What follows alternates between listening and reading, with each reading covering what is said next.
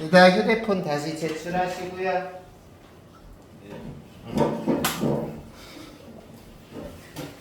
촬영 시작하니까 저쪽 가요. 이동할 때 조심해 주시고 흔들리지 않게.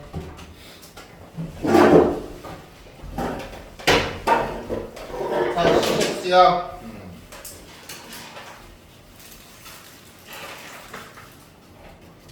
우리 첫 시간이니까 사회생활 립서비스 말고 너희들이 느끼는 그대로 나 몇 살 같아? 립서비스 말고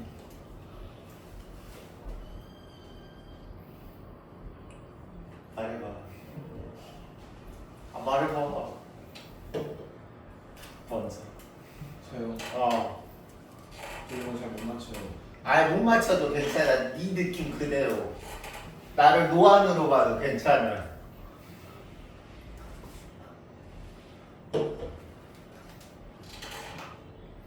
나 대충 딱 특정해서 말해야 돼요. 아니 대충이라도.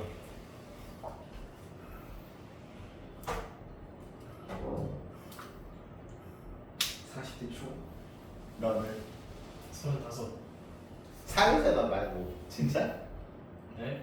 진짜? 네. 너는? 40대 초중반 후가 있을 거 아니야. 초가? 그래도 여기는 비슷하게 보는구나. 나 앞 시간에 너무 좋았어. 누가 나를 34 깠대. 아 너무 좋아. 40대 초반에서 이제 중반 넘어가요. 초반에서 중반 넘어가는 거야. 그래. 열심히 또 해봅시다. 위기 봅시다. 아까 이제 이완대장은 변시통에서 만났죠. 봅시다. 여기 지금 뭐 이완대장이 이제 허생집에 갔어. 우리 할 거 많으니까 필요 없는 데는 줄거리만 말하고 넘어갈게요.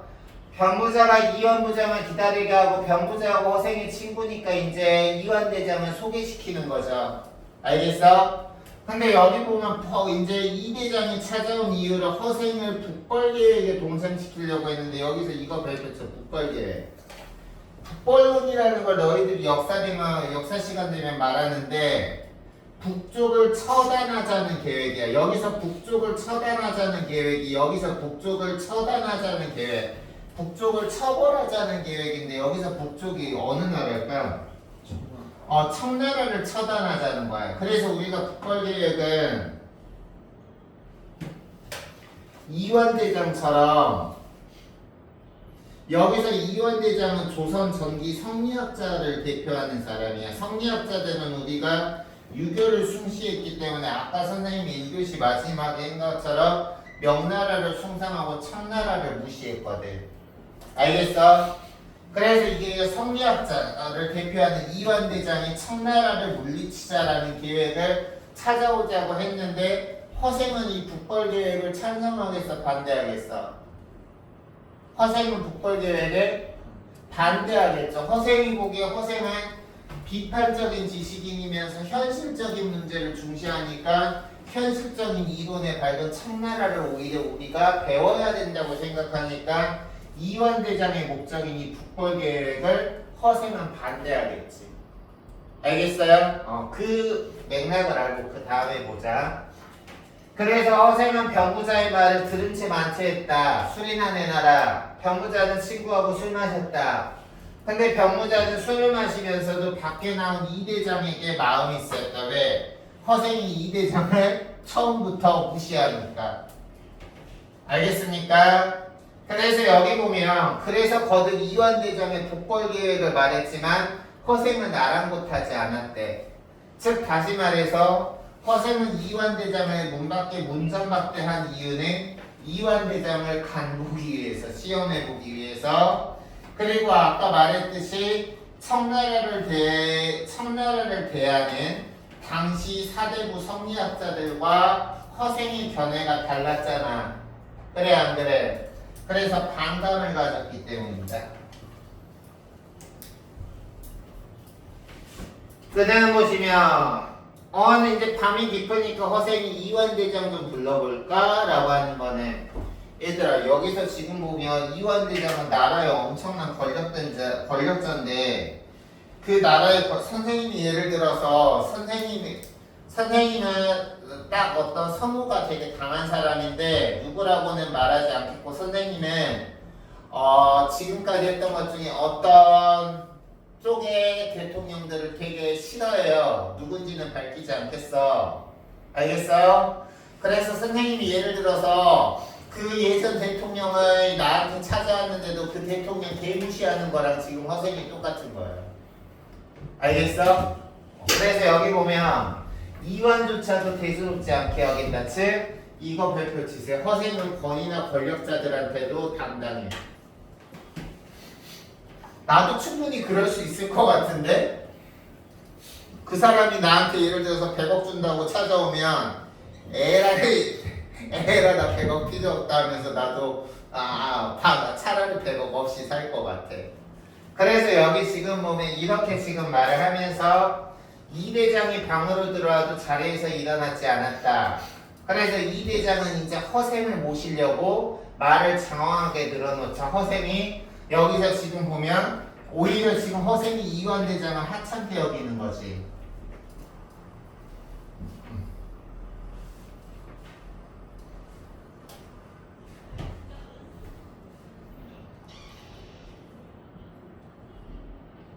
그러니까 이제 이완 대장은 일단 허생을 모시려면 허생의 마음에 들어야 되니까 얘기하고 있고, 그래 그렇다면 나라에서는 믿을 만한 신하겠군. 내가 제갈공명 같은 사람을 추천할 테니 임금께 아뢰어 상고 초래할 수 있겠소. 여기 백표 100만 개 치세요. 아까 우리 앞부분에서 변씨가 허생한테 당신 같은 능력자가 이렇게 묻혀 사는 게 참 안타깝소라고 하니까 그때 허생이 뭐라고 얘기했냐면 이 세상에 나 같은 사람이 한둘이 아니고 국정 책임자들이 인재를 잘못 뽑아서 그렇다고 그 인재등용 정책을 비판했잖아. 그 내용이랑 같은 거야. 그래서 여기 보면 내가 제갈공명 같은 인재가 있어 추천해주면 당신께서 임금한테 아뢰었어서 이렇게 숙고할 수 있겠소? 라고 물어본다라는 거는 내가 허생의 입장에서 이완한테 내가 아무리 위대한 인재를 추천하는데 당신들이 그거를 고려조차 해보겠소? 라고 함으로써 허생의 말을 통해서 인재를 적극적으로 등용하지 않은 현실을 간접적으로 풍자하고 비판하는 거죠. 알겠어요? 그러니까 여기 지금 보면 그건 어렵다. 허생이 당신이 요구하시는 건 어렵다. 왜? 임금께서 친히 거동하시는 일이 쉽냐? 어렵다. 그렇다면 그 다음 당신의 생각을 듣고자 하니 나는 두 번째라는 거 모르고 성격이 대쪽처럼 곧죠. 허생은. 알겠어? 권력자 앞에서도 자신의 가치관이랑 맞지 않으면은 권력자 앞에서도 할 말 다 하는 사람이죠. 알겠어? 그래서 여기 보면 허생은 딱 잘라 말하는 다시 입을 열지 않고 술잔을 마셨다라는 거는 이완대장의 대응에 실망했기 때문이야. 여기서 지금 이제 허생과 이완대장의 갈등이 시작이 되는 거죠. 그래서 여기 지금 보면 이 부분 봐야 되는데 이완대장의 실천의지를 시험한다라는 것은 여기 보면 허생을 여기 지금 이완대장이 허생을 이렇게 환심을 살려고 하니까 허생이 바로 당신하고 가겠소가 아니라 제갈공명 같은 인재 등용하면 고려하겠소라고 간 거잖아. 그걸 통해서 이거 밑줄 치세요. 절박함과 긴박함이 있어야 인재를 등용할 수 있다. 근데 이완대장은 지금 아직 허생이 보기에 절박하고 긴박하지 않죠. 어떻게 임금처럼 임금 같은 분이 움직이시겠소라고 하면서 이 이완대장의 미움적인 반응을 보이는 것을 보고서는 허생이 실망하는 거죠.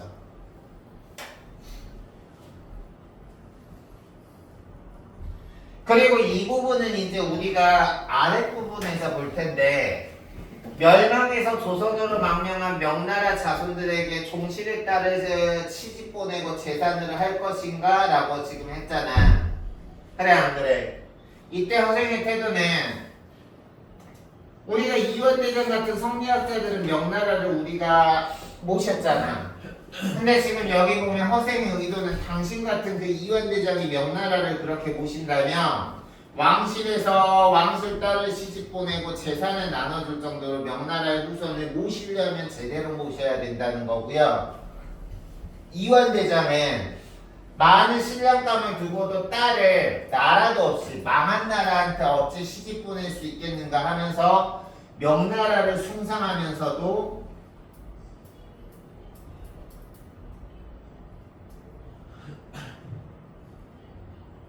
현재는 망한 나라니까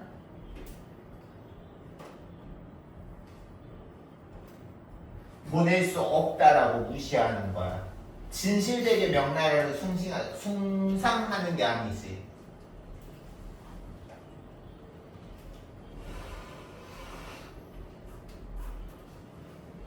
예를 들어서 이런 거지. 아이고 저는 선생님이 수업이 너무 좋아요. 이렇게 하면서 선생님이 가진 거 하나도 없고 너희들 밥도 못 사주는데 괜찮겠어? 아니요. 나 선생님 안 좋아할래요. 이거랑 똑같은 거죠. 됐어요? 그냥 무늬만 좋아하는 거야. 그리고 이제 그 다음에 보시면 남의 나라를 치고자 한다는, 여기서 허생이 볼 때 남의 나라는 지금 이완이 치고자 하는 남의 나라는 어디예요? 청나라죠. 만약에 당신이 허생이 이완한테 이완 당신네들이 그렇게 성리학자들이 청나라 계무시에서 국본론을 실행하고 청나라를 치고 싶다면 첩자를 보내야 하는데 젊은 선빈이나 상인들이 변장하고 할 수 있는가? 다시 말해서 목적을 위해서는 실리적인 행동을 해야 된다는 박지원의 실학자의 의식이 여기 허생의 의도에 나타나 있는 건데, 이학은 그때 어떻게 대답하고 있냐면, 사대부들이 몸을 깎고 예법을 마당해 누가 제 자식의 머리를 깎고 되는 옷을 입히겠는가? 목적을 위해서는 우리가 철저하게 희생할 건 희생해야 되는데 희생의 의식조차 없는 거야. 절실하지 않은 거야. 다시 말해서 이완 반항은 북벌론을 하자고 하면서도 절실하거나 절박하지 않은 거야.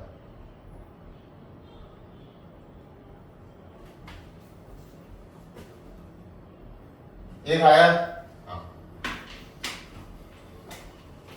그럼 그 다음 보죠. 그래서 여기서 허생이 제안한 대책, 거기를 우리 한번 위에 읽어봅시다. 판사된 거. 사대부들은 청나라에게 당한 치욕을 싣고 명나라에게 의를 지키기 위해서 청을 버려야 된다면 북벌계획을 주장했으나 허생의 말을 통해서 그 유학자들 북벌계획의 허구성을 지적하고, 밑줄 치세요. 허생의 말을 통해서 북벌계획의 허구성을 지적하고 당시 기득권의 계측을 비판한다. 그게 지금 우리가 그 다음 페이지 첫 줄부터 해서 어디까지 지금 나와 있냐면 여기까지 나와 있는 거야. 여기까지. 됐어요? 그래서 거기 지금 보면 당신들이 그렇게 명나라를 숭상하면서 그런 명나라한테 왕실 딸 시집 보내고 재산 나눠줄 수 있겠소라고 하니까 명나라 숭상한 데 놓고 힘든다 그랬잖아. 알겠어? 이를 통해 국벌계획의 허구성과 당시 기득권을 비판하는 거야. 알겠니?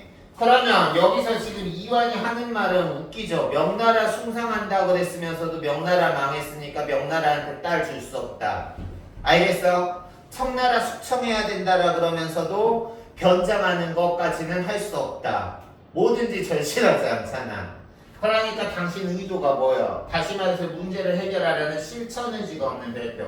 긴박하거나 절박하지 않은, 그냥 말로만 하는 거야. 당신 기득권을 비판하는 거야. 그래서 지금 허생이 지금 이제 아주 쉬운 방법이 있다고 하면서 대안을 얘기하고 있죠. 그래서 지금 여기서 그러면 당신들이 그렇게 청나라를 지금 이제 치자고 하는데, 그래 좋다. 당신들 말대로 청나라가 오랑캐 왕조라서 조선에게서 청나라를 밀어내야 된다라고, 그래 당신 말이 100번 맞다고 치자. 그러면 여기 보면 무릇 천하를 도모하고자 호걸드가 사대해야 된다면 남의 나라 청을 치고자 하면 첩자를 보내야 하는데 여기 지금 보면 우리가 당나라 원나라 때처럼 청나라 치려면은 젊은이를 청나라에게 유학도 보내고 왕래할 수 있도록 받아들여야 되는데 그거 할 수 있겠냐라고 지금 얘기하는 거죠. 그래서 여기 보면 그 뒤에 나오지만 이완은 그것도 안 된다 그래. 그래서 이완대장 같은 성리학자들이 명분과 예법만 찾고 실질적인 행동을 하지 않는 사대부를 비판하는 거다.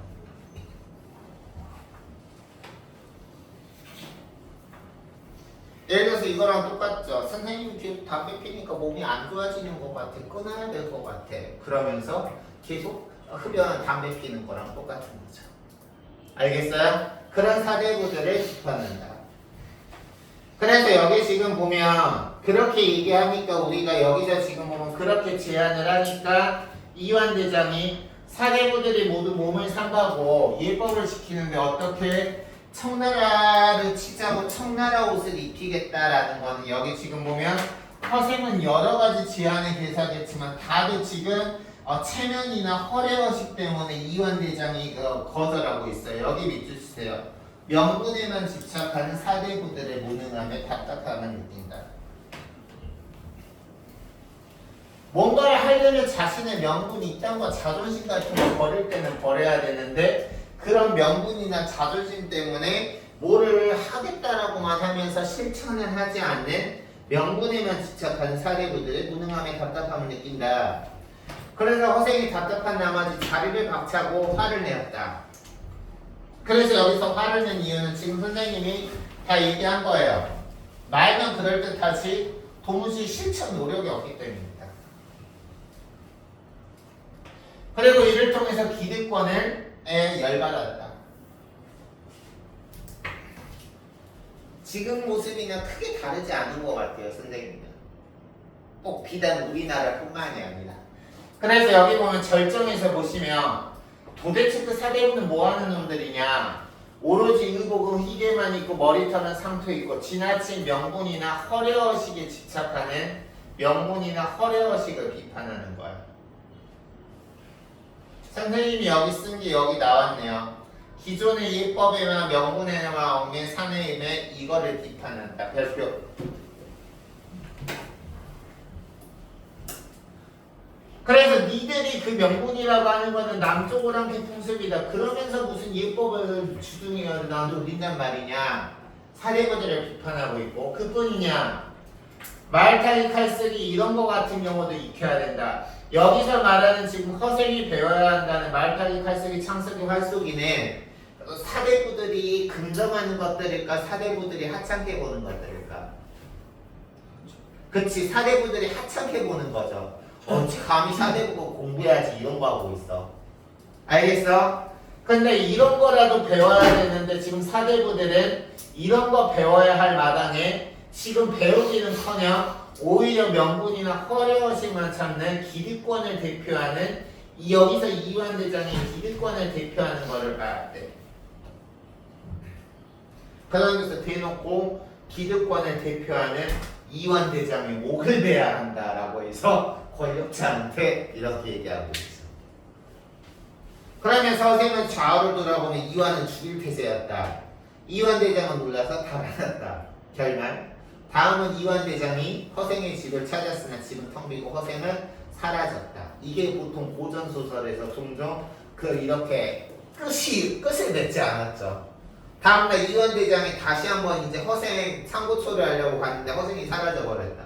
응? 이렇게 끝나잖아. 소위 말해서 먹미? 하고 끝났잖아. 됐어요? 그럼 여기서 같은 경우는 우리가 이제 상상에 맡길 수 있다는 거죠. 됐습니까? 제대 정리해봅시다. 이 작품은 한문소설로 풍자적이나 비판적이다. 이 풍자적이다, 비판적이다라는 말은 한계가 있을 수밖에 없어요. 우리가 풍자라는 거는 웃음을 유발하는 건데 그 근거가 뭐냐면 대상에 대한 동정심에 의해서 웃음을 유발하는 게 아니라 대상에 대한 비판적인 태도를 근거로 웃음을 유발시킬 때 그걸 우리가 풍자라 그러고 풍자는 그래서 직접적 비판이 아니라 간접적 비판입니다.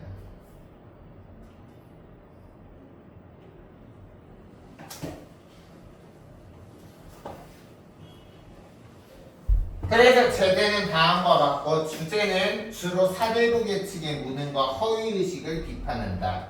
그래서 특징은 실학사상과 북학론을 바탕으로 해서 여기서 얘들아 주의할 게 여기서는 북학론이라고 나왔잖아. 생이 우리가 벌로 보면 우리 아까 이 북학론은 북벌문하고 지금 헷갈릴 수 있어. 그래 안 그래? 북학론하고 북벌론 개념의 차이가 뭐예요?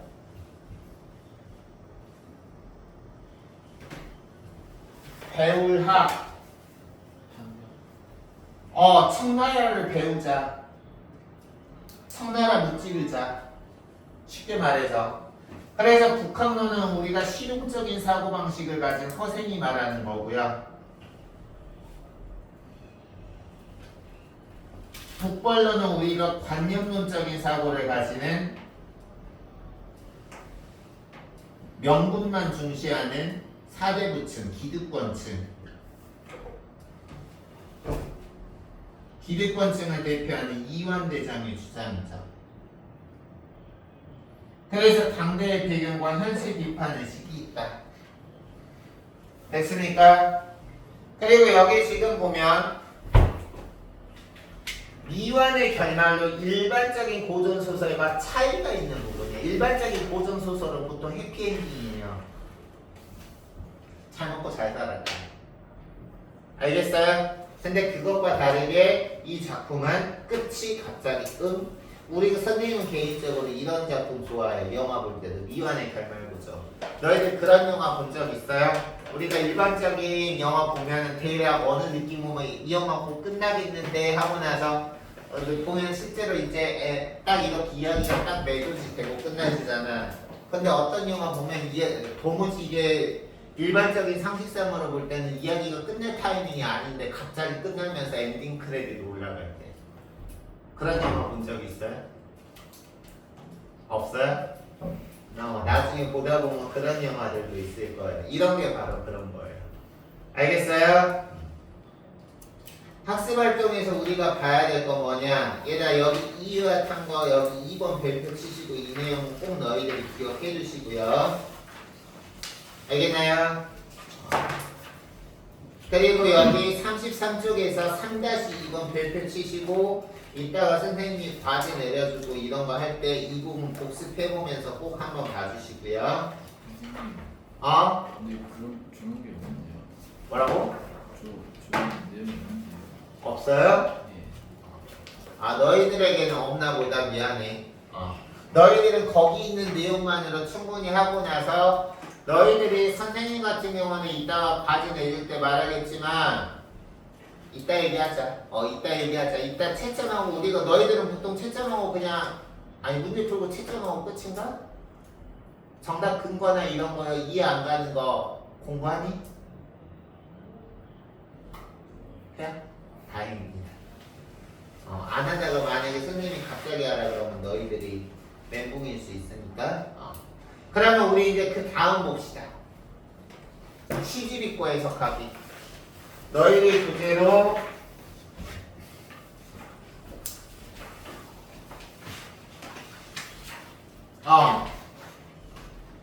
43쪽. 알겠어요? 우리가 이 작품에서는 봉헌이랑 껍데기는 갈아라, 산은 언덕에 나와 있습니다. 알겠습니까? 이러더니 보겠습니다.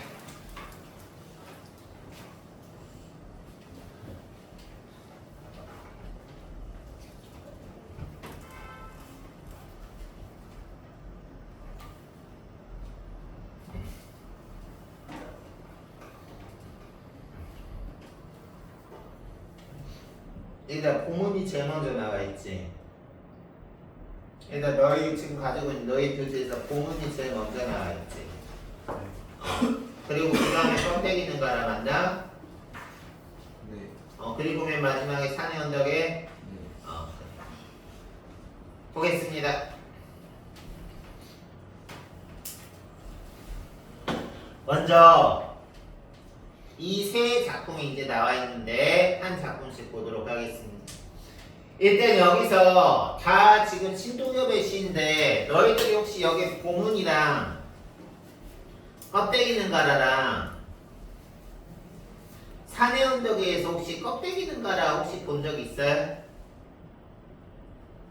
있어 없어? 있어요? 보문이라는 시는 보겠습니다. 내가 왜 물어보냐면 이 껍데기는 가라 같은 경우는 워낙 자주 나오는 작품이라서 그렇고 보문도 우리가 자주 나오는 편이에요.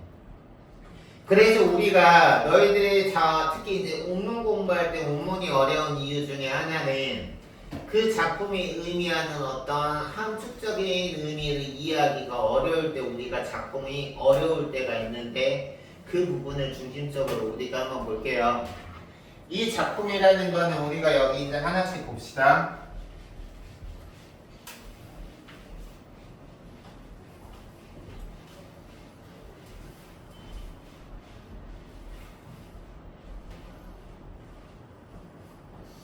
너희 동탄만 빼고는 다 이동탄에 있냐? 1동탄에 있어, 2동탄에 있어. 2동탄에 있죠. 보겠습니다. 여기 지금 보시면 보문이라는 거는 일단 작품 보면 현대시, 자유시 있는데 여기 이 부분이 중요해요. 참여시. 참여시가 뭘까? 시가 어디에 참여하면 참여시야? 어떤 사회적인 문제, 시대적 배경과 관련된 작품들을 우리가 참여시라고 합니다. 사회현실, 시대적 배경.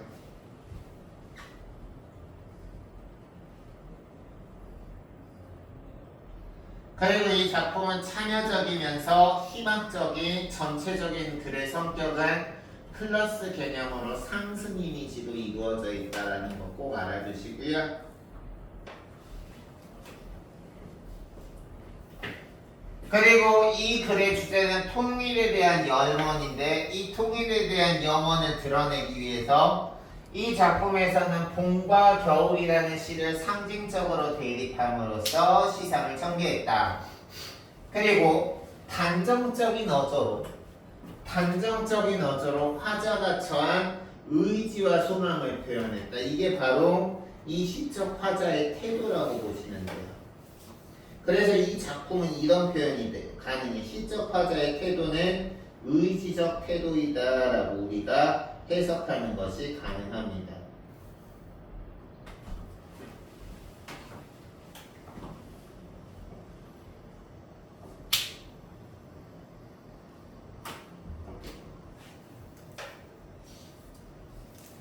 그럼 볼게요. 작품 보면 남해에서도 북녘에서도 오지 않는다. 그래서 여기서는 지금 봄이 오는 곳을 얘기하고 있는데 여기 보자. 봄이라는 것은 일단 내부에서는 오지 않는데 그러면 봄은 어디서 오냐? 이연 너그럽고 빛나는 그 봄은 제주에서 중앙까지 우리가 디딘 아름다운 논밭에서 움튼다. 다시 말해서 봄이 오는 곳은 여기가 아니라 여기에서 온다는 거야.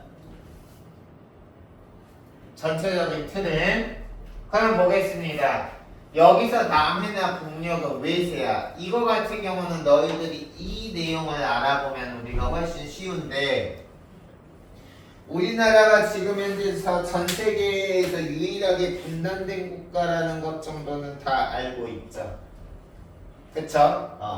그래서 우리가 1910년에 일제시대를 맞이했고 36년에 일제 지배를 겪고 나서 45년 8월 15일에 광복이 됐고 그걸로 이제 우리나라의 아름다운 미래가 펼쳐지나 했는데 1940년대 중후반에 다양한 현대사적인 사건으로 1950년 6월 25일에 북한이 우리 남한을 침범하는 전쟁이 일어났고 3년 동안 우리가 이제 우리나라 안의 싸움인데 미국이라든가 일본이라든가 중국이나 소련이 개입함으로써 중국, 소련이 북한을 많이 도와줘서 북한은 지금 공산주의 체제가 됐고 우리는 특히 이제 미국에 지금도 우리 주한미군 존재하죠. 그래서 자본주의 체제가 된 그런 아픈 역사가 있는데 우리가 그것 때문에 여기서 지금 말을 이 부분을 너희들이 대략적으로 알아두면 이 시를 이해하는 데 도움이 됩니다.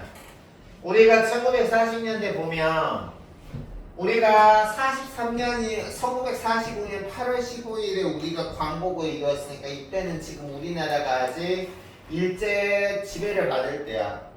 그래서 1943년 카이로 회담에서 미국이랑 영국이랑 중국은 일본이 지배하고 있는 우리나라를 적당한 시기에 독립시키려고 했어. 알겠어? 그리고 45년 얄타 회담에서는 미국이 우리를 이제 원조했지만 소련에게 지금 러시아입니다. 소련이 러시아에게 한반도 지역을 대신 위임해서 대신 통치해 줄 것을 제안했는데 45년 모스크바 회의에서는 한국을 독립국가로 만들기 위해 임시정부를 수립하고 열강들이 공동으로 관련하는 신탁통치를 5년 실시하기로 했다. 정리해보면 이걸 다 외울 필요는 없어. 근데 우리가 이 내용을 통해서 할 때 우리가 6.25 전쟁이 일어나고 6.25 전쟁 전후로 인해서 남북이 분단되는데 외세의 영향이 강했다라는 걸 알 수 있어. 즉 미국이나 영국이나 일본 같은 자본주의 세력과 그리고 중국이나 소련과 같은 공산주의 세력의 대립이 컸다는 거야. 강연이었나 평강연? 네. 눈이 반쯤 감기고 있어요. 진짜. 아니었어? 네. 줄 수 있지. 조는 거 혼낸 거 아니고 기지개 피고 정신 차리라고 그런 거야. 그래서 여기 보면 외세의 개입이 많았는데 이 말은 뭐냐? 혼은 이런 외세에서 오지 않는다.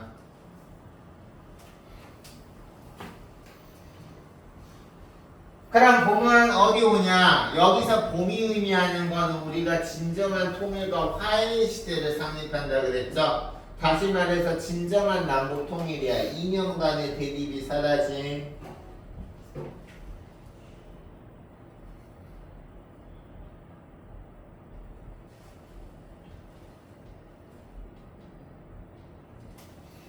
이 진정한 남북 통일은 진정한 남북 통일의 그 눈짓은 제주에서 두만이라는 거는 우리나라 한반도의 가장 남쪽부터 우리나라 한반도 가장 끝 아니니? 왜냐면 우리나라가 이렇게 있으면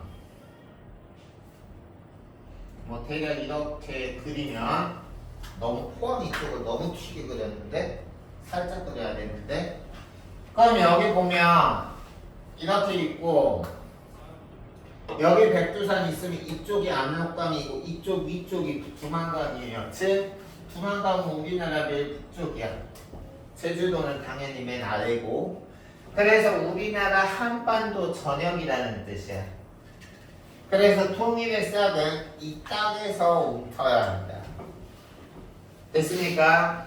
그래서 통일의 싹은 이 땅에서 웅터야 하고 밑줄 별표 치고 100만 개 별표 자주적 역량에 기반한 통일.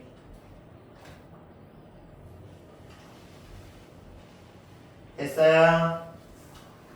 그래서 우리가 드린 아름다운 논밭에서 훔친다. 그래서 여기서 아름다운 논밭은 바로 우리가 살고 있는 이 한반도를 뜻하는 거죠.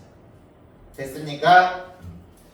그래서 이제 그 다음 보시면 여기서는 우리가 계절의 대립이 나와 있는데 계절의 대비라고 우리가 여기서 봄과 겨울의 상징적 대립을 우리가 계절의 대비라는 표현으로도 쓸 수 있을 거야.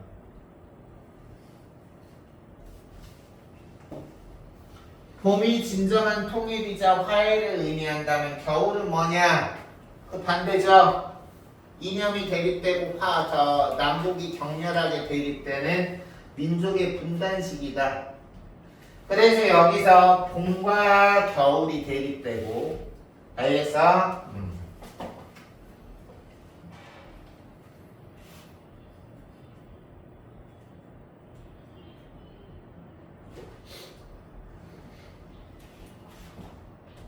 봄과 겨울이 대립되고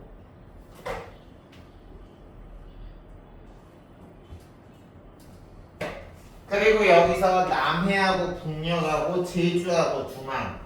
남해 북녘이 외세를 상징한다면 제주에서 두만까지 이 논밭이라는 시어는 우리 조국을 상징하니까 대립되는 거고,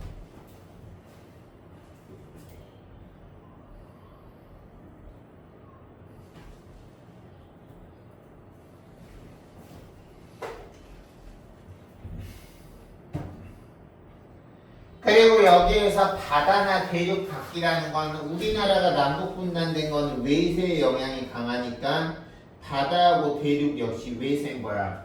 외세 때문에 우리나라가 민족이 분단됐지만 이 봉이라는 통일은 가슴 속에서 움틀이다. 가슴은 이제 우리 한반도가 되는 거죠.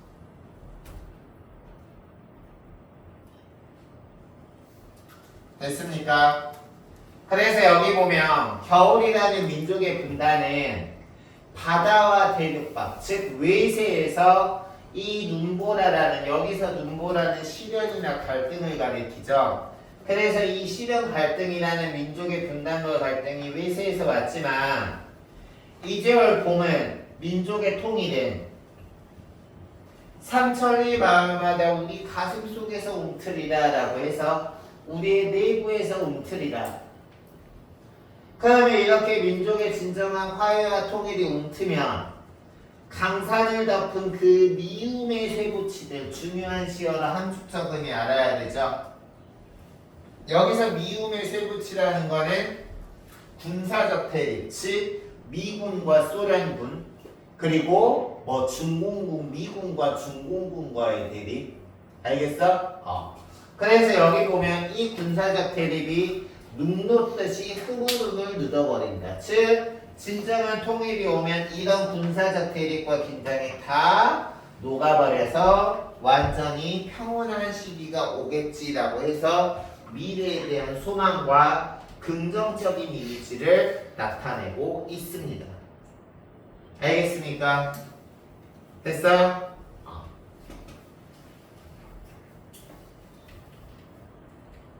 질문 있는 친구 해보세요.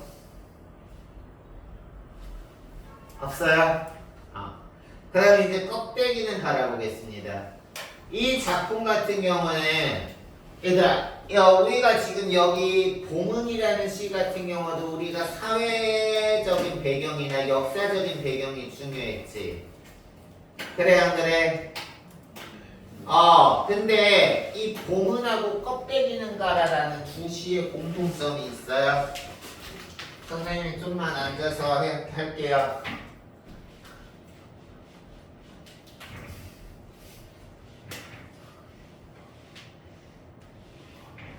이 두 시의 공통점은 그 뒤에 나오는 시와 다르게 이 두 시의 공통점은 참여시예요. 즉 봉은과 껍데기는 가라.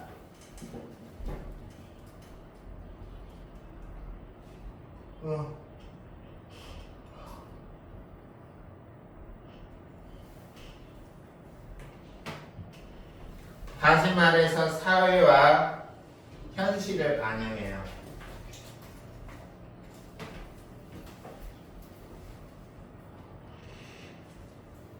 그러면 여기서 질문하자. 혹시 이거 제습기냐? 시원해. 시원해요. 뭐 바람 나와요? 그래서 여기 보면 둘 다 참여시인데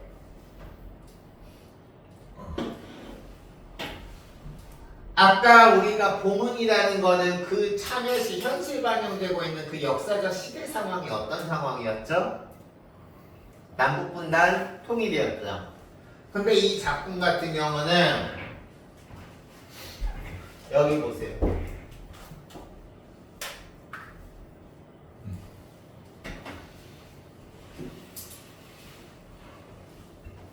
표시하세요. 너희들 혹시 역사 배우니? 어느 시대까지 배웠어? 공부하고 있어요. 아직 막 조선 후기나 근현대사는 안 들어갔어요? 1894년에 동학농민운동이 있는데 그거 같은 경우도 우리가 당시 봉건주의와 제국주의에 반대한 민중들의 운동이었다면 이 4.19 혁명 같은 경우는 이승만 대통령의 어떤 그런 부정한 선거에 반대한 너희들이 5.18 민주화 운동은 들어봤지? 광주에서 1980년에 일어났던 거 영화로도 몇 번 됐었고 그게 세계 유네스코 문화유산에서도 등재됐거든. 5.18은 옛날에 선생님 한 20대쯤에 등재됐었나? 근데 이 4.19 혁명 같은 경우는 1960년도에 일어난 그 5.18 민주화 운동 못지않은 민주화에 대한 열망을 나타내는 혁명이에요. 알겠어? 그래서 우리가 이 작품 역시 이런 시대적 상황이 나타나서 이 작품에서 화자가 이 작품을 이 껍데기는 가라는 화자가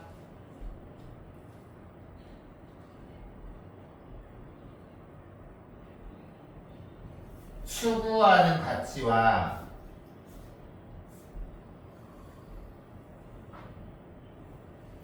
버리고자 하는 가치가 명확하게 대립돼 있어요.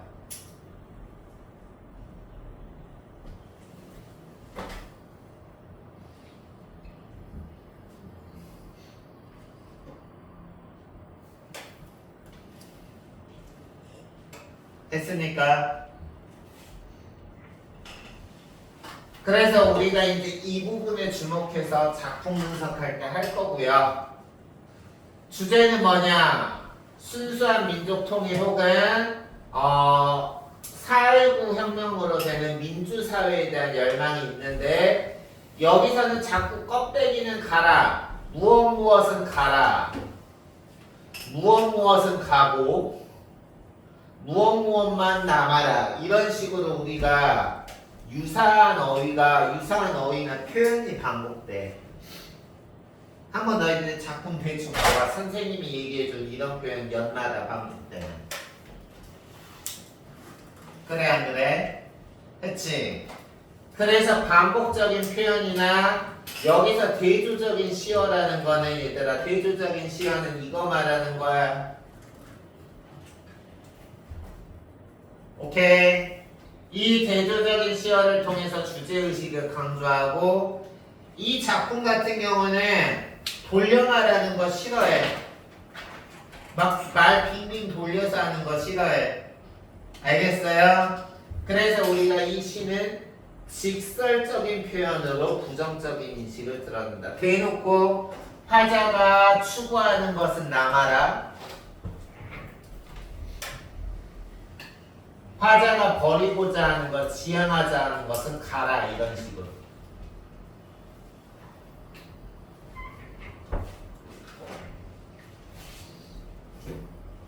오케이. 다음 하나씩 보겠습니다. 시작할게요. 껍데기는 가라. 4월도 알맹이만 많고 껍데기는 가라. 여기서 껍데기는 우리의 민주화나 통일을 가로막는 외세의 부정적 의미이다. 그 껍데기는 가고 여기 4월도 알맹이만 남으라는 건 여기서 4월은 이 60년 4.19 어디 갔냐? 위에 나왔던 이 60년 4.19 민주화 운동이야. 그 4월도 알맹이만 남고 다시 말해서 진수의 순수한 민족정신 의미만 남고 껍데기는 가라. 그리고 아까 여기서 봤듯이 이 시는 배경이 채민아 나 졸면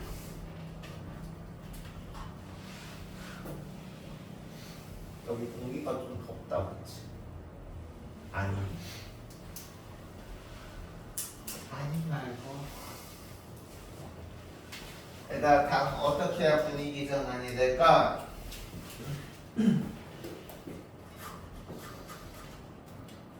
몬스터 먹자.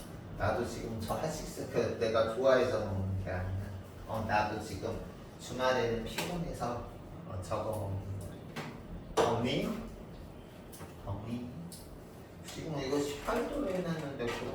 쉽지가 않아. 시원하지가 않네.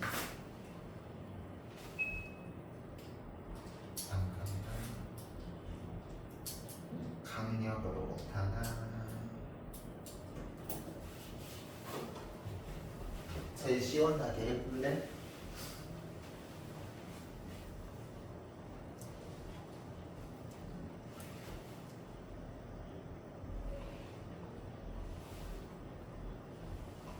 지금 최대한 그치. 지금이 최대인 거 맞지?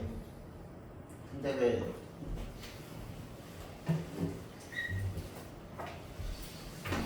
자, 그래서 알맹이만 남고 껍데기는 가라. 그래서 여기서는 지금 긍정적인 의미, 부정적 의미 나누면 껍데기가 긍정적 의미고 알맹이는 선생님 반대로 말했네. 껍데기는 부정적 의미고 알맹이가 긍정적 의미죠. 그리고 이제 이연에서는 역시 껍데기 가라고 하고 나서 공학용 곰나루의 그 아우성만 남으네. 여기서 아우성은 이것을 추구하는 아우성이죠. 진실, 순수, 민족 정신을 추구하는 그 진실된 아우성만 남고 껍데기는 가라. 다음 사냥 그리하여 다시 껍데기는 가라. 얘들아 왜 껍데기는 가라 껍데기는 가라 껍데기는 가라 한 말 한 말 또 할까? 왜 반복할까? 반복의 효과가 뭘까요 얘들아? 강조. 그래요. 반복이 지금 되고 있는데 이 반복의 효과는 강조의 효과가 하나 있고요. 두 번째 우리가 노래에서도 막 후렴구나 이런 것들 반복되잖아. 운율을 형성하는 효과가 있어요. 반복은 시에서. 그래서 그리에서 다시 껍데기는 가라. 이곳에선 두 가슴과 그곳까지는 아사달 아사녀인데 이 아사달 아사녀는 우리 그 단군 신화에서 보면 알겠어요? 막 호랑이가 뭐 먹었지? 갑자기 헷갈리네. 마늘 먹은 곰이 웅녀가 됐죠? 마늘 먹은 곰이 웅녀가 됐고 그 호랑이는 술 먹다가 못 참고 가버렸죠. 그래서 여기서는 그때 나왔던 그 환웅하는 우리 민족의 원초적인 우리 민족의 근원인 거야. 저거나 원초적인 우리 한민족의 근원인 거야.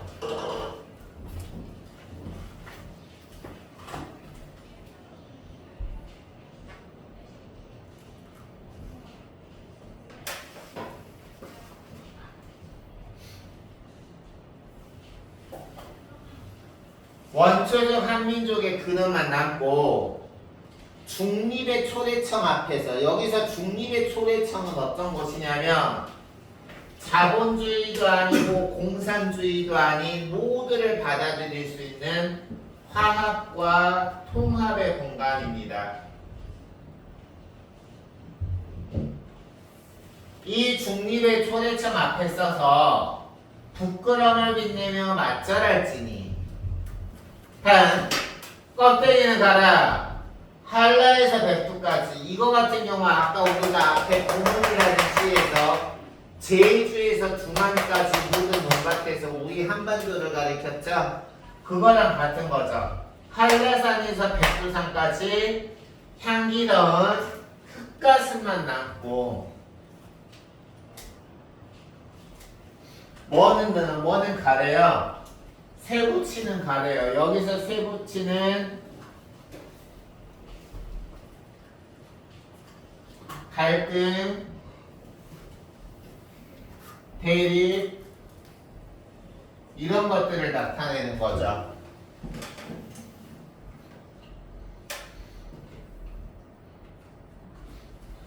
알겠습니까? 그래서 여기 보면 한글하고 흙가슴만 남고 모든 세부치는 가라.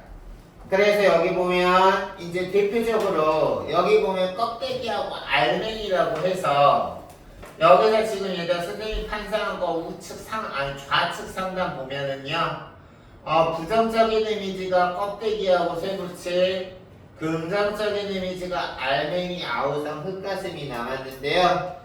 여기서 이제 부정적인 이미지 대표인 껍데기는 거짓, 허위, 외세된 부정적 의미, 알맹이라는 거는 우리가 긍정적인 의미로 민주주의를 실현시키거나 통일을 실현시킬 수 있는 진실, 순수, 민중의 기반을 둔 긍정적 의미다.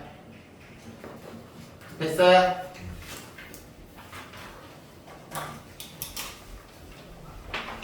다음 산의 언덕에 봅시다.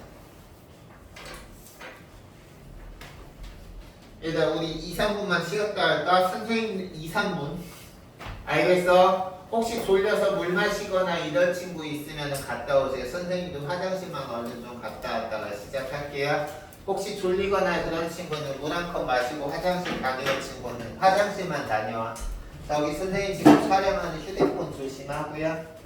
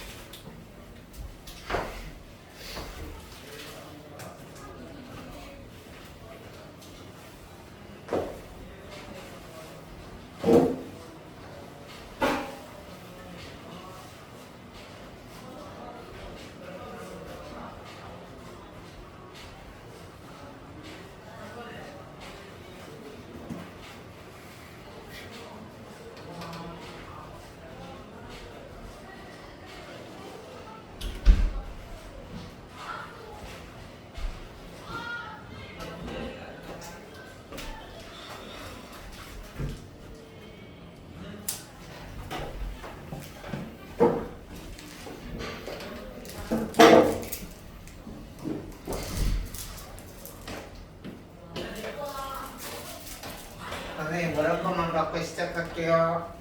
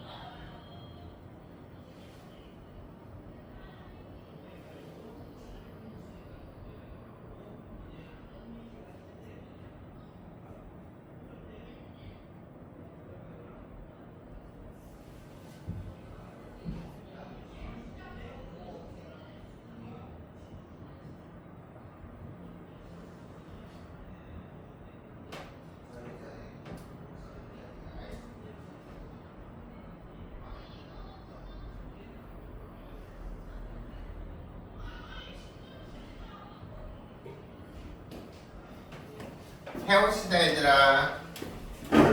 휴대폰 잠시 사용한 친구들 넣어주시고요.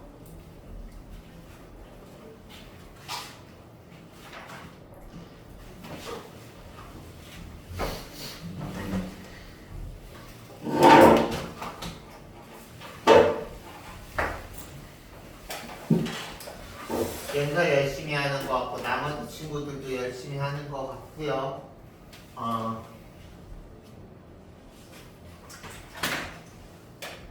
순서대로 연서, 강현이, 그리고 앞으로 올라오는 재빈이, 윤준이. 그래요. 산해운덕 해봅시다. 일단 이 작품은 산해운덕에는 아까 앞에서 했던 봉은이라는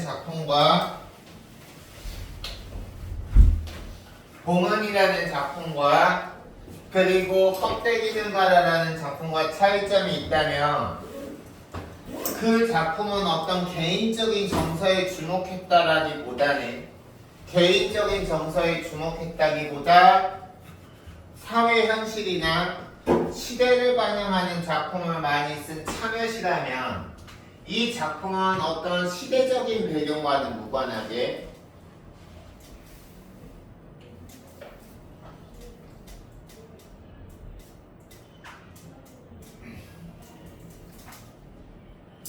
개인의 정서에 주목한 서정시입니다.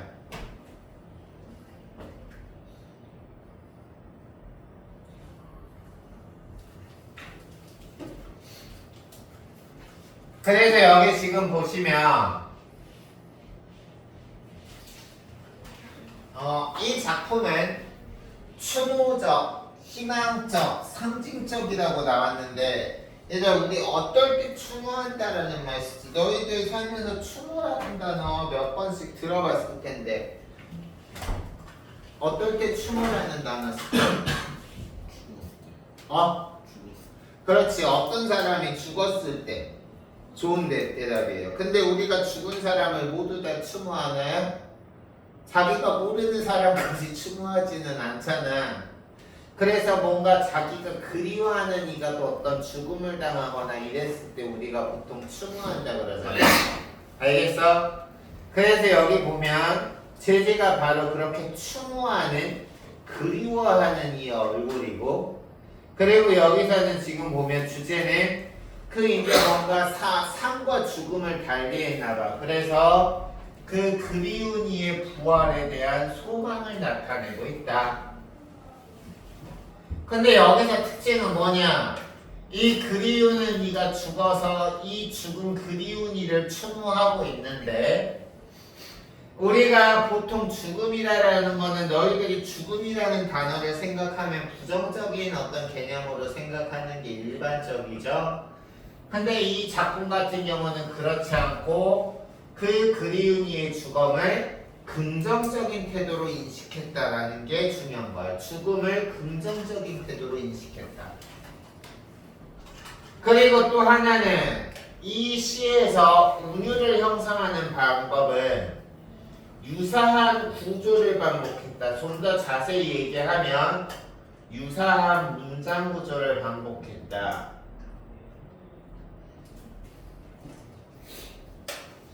혹은 유사한 통사 구조를 반복했다라는 말로 시험에서 바꿔서 출제될 수 있는데 여기서 지금 보시면 뭐뭐 할 수 없어도 뭐뭐 할 수 없어도 뭐뭐한 그의 꽃 뭐뭐한 그의 숨결 뭐뭐 지어이 뭐뭐 지어이 유사한 구조인 거 파악돼요? 그래서 여기 지금 보면 이러한 유사한 구조의 반복과 대꾸 표현을 사용했다라고 했는데 대꾸 표현이 뭐예요? 얘가 대꾸 비슷한 위치에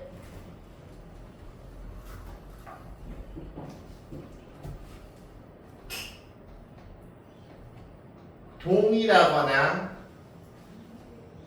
유사한 어구가 배열되는 것. 비슷한 위치에 동일하거나 유사한 어구가 배열되는 걸 대꾸법이라 그래.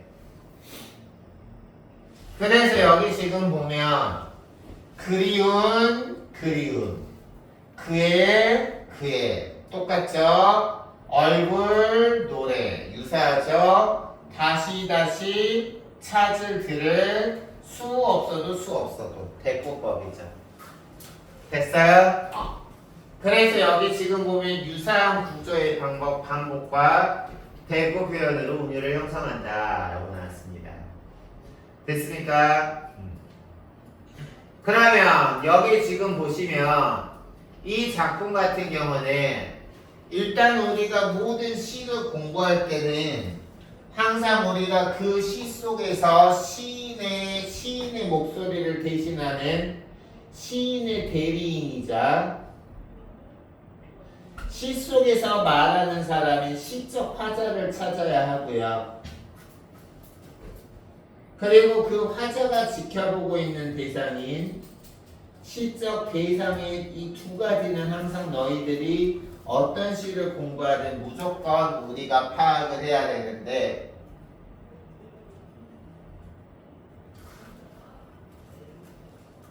그러면 여기서 우리가 가장 먼저 시적 화자는 일단 너희들이 이거부터 파악해 봅시다.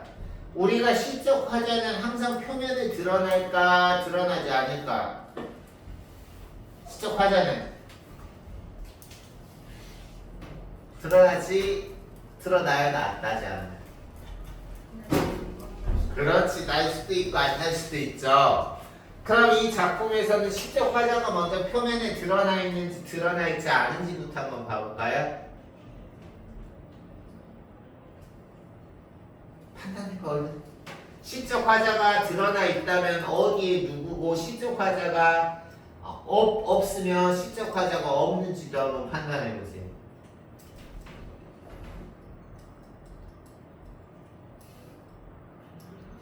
드러나 있어? 드러나 있지 않아? 드러나 있지 않죠? 그래서 시적 화자는 일단 여기서 드러나 있지 않아. 지금 주군이 그 죽은 글을 그리워하고 있는데 죽은 글을 그리워하고 있는 시적 화자는 표면에 이 작품 같은 경우는 드러나 있지 않아요.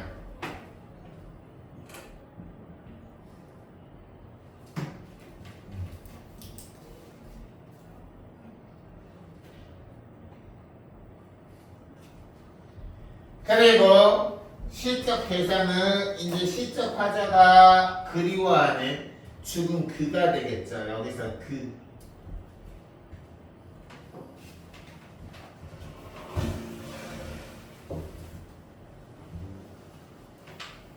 그래서 보도록 합시다. 지금 여기서 화자인 나는 겉에 드러나 있지만 그 지금 표면에 드러나 있지 않은 숨겨진 화자인 나는 그리운 그의 얼굴을 다시 찾을 수 없어. 그래서 그의 부재를 확인하는 화자야. 찾을 수 없어도 화사한 그의 꽃이 산의 언덕에 피어날 지어이. 여기서 지금 화사한 그의 꽃이라고 했는데 이 꽃이 지금 죽은 화자의 또 다른 죽은 화자겠죠. 또 다른 화자를 대표하는 거죠. 죽은 화자를 미안해. 죽은 그의 또 다른 죽은 그겠죠. 죽은 그의 분신이죠.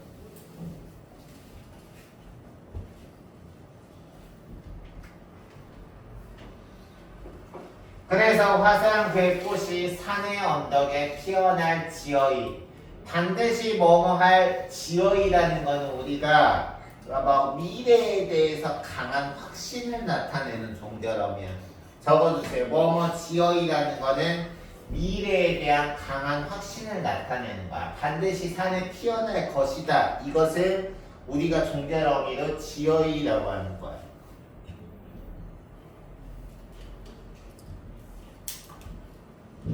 됐습니까? 그래서 반드시 피어날 것이다. 그래서 여기서 표면적으로는 죽었지만 그 화자가 꽃으로 다시 태어나서 산 언덕에 피어날 것이다. 즉 죽은 화자의 부활을 소망하는 거야. 나 왜 자꾸 죽은 화자를 죽은 시적 대상의 부활을 소망하는 거야.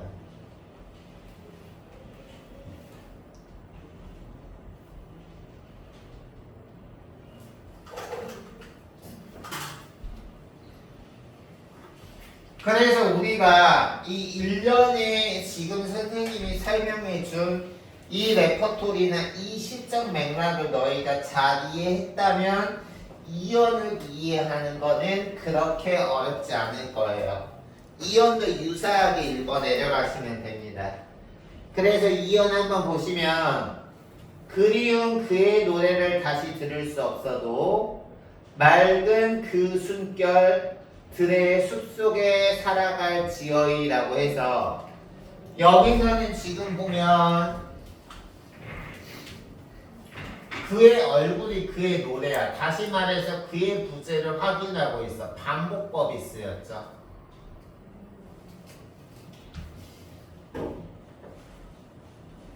그리고 1년에서는 화자가 죽어서 부재하지만 화사한 그의 꽃이 언덕에 피어나는 것처럼 2연에서는 맑은 그 숨결이 여기서 숨결은 영혼은 죽었지만 알겠어?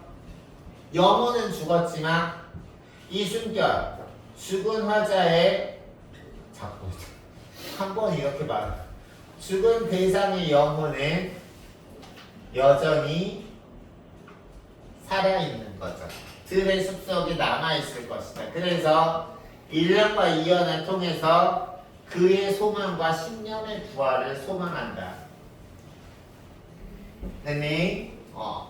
그래서 여기 보시면 쓸쓸한 마음으로 길을 더듬는 행위나 어머나 여기서 행위는 듣보잡이 나왔는데 여기서 행위는 뭐냐면 그의 자취를 담을 거야. 다시 말해서 여기 봐봐. 표면에 드러나지 않은 화자만 죽은 그를 추모하고 그리워하는 것이 아니라 이 그를 알고 있는 또 다른 행인도 지금 이 죽은 화자를 추모하고 그리워하는 거야. 그래서 우리가 여기서는 그 아래 우리가 판서 자료에 나와 있을 텐데 시적 대상이 그가 있고요. 이 글을 지금 이 작품에서는 알고 있는 사람이 표면적으로 드러나 있지 않은 시적 화자와 나와 그리고 여기 3년에 나와 있는 문장의 주체 혜민이라는 사람이 이 두 사람을 알고 있어요. 근데 이 두 사람을 다 지금 그리워하는 거야. 추모하는 거야. 찾아 나서는 거야. 알겠어요? 그러면 여기서 나와 혜민은 둘 다 그를 지금 여기서 기억하고 있고 그를 추모하는 사람이니까 여기 표 보면 알 수 있듯이 내가 혜민에게 동병상련의 감정을 느끼면서 위로를 전할 수 있는 거죠.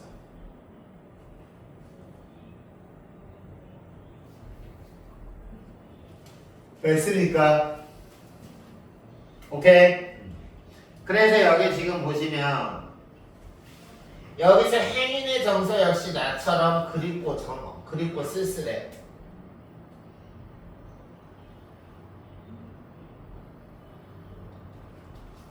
행인의 정서 역시 그립고 쓸쓸해. 근데 여기 지금 보면 이제 그 다음이요. 여기서 지금 이 사연 같은 경우는 화자가 행인에게 전하는 말이라고 너희들이 이해하시면 돼요. 화자가 행인에게 어떻게 말을 전하고 있냐면 행인아 당신께서 죽은 대상이 그리워서 마음이 휑하게 비었거든. 여기서 눈길하고 바람이 비었다라는 거는 마음이 허전하거든.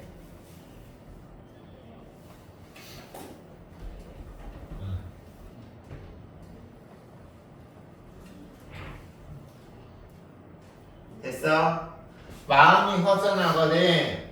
이 바람과 인정을 담으라는 거는 바로 그 죽은 화자에 너무 그리워하지 말고 사람의 정을 통해서 극복하세요 라고 지금 여기서 위로하는 거야.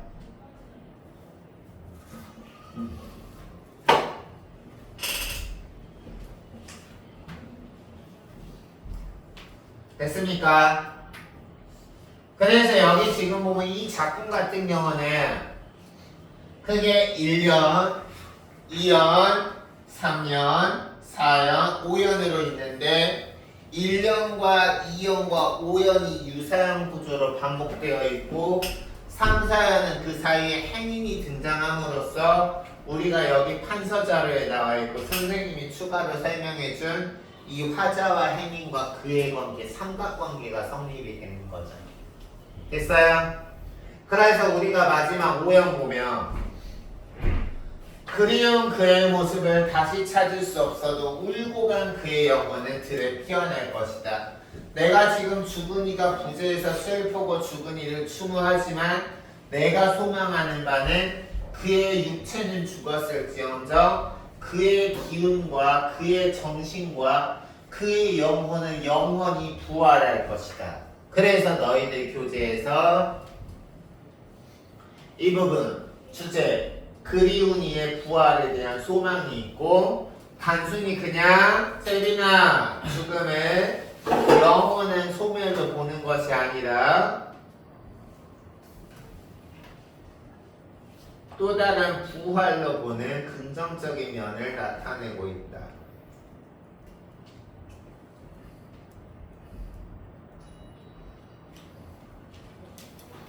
됐어요?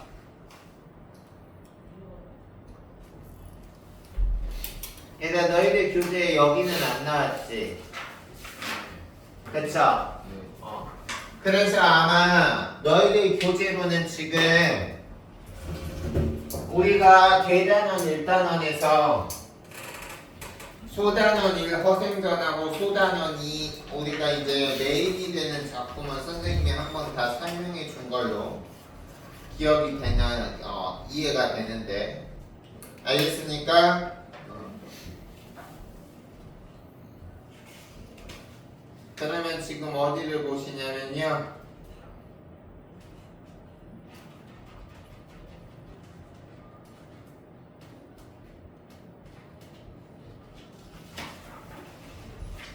너희들 자습서 평가문제집 갖고 왔니? 아까 선생님이 검사했죠? 얘들아 이 부분 한번 봅시다. 어디 보시냐면요 322쪽 한번 봅시다. 322쪽.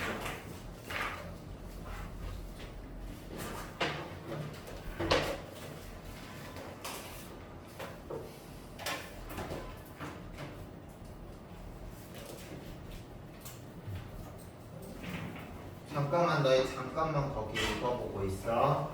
선생님 자료는 좀 찾아볼게.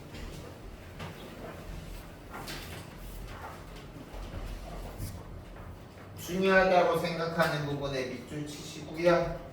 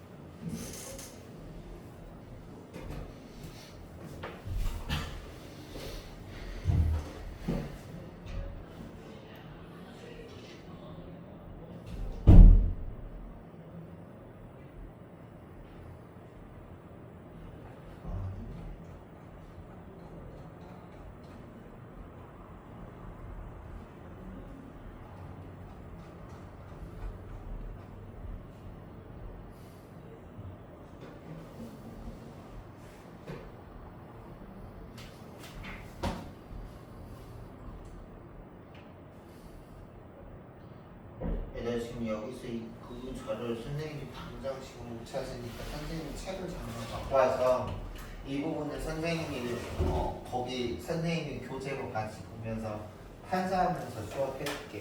화면에 잠깐만요.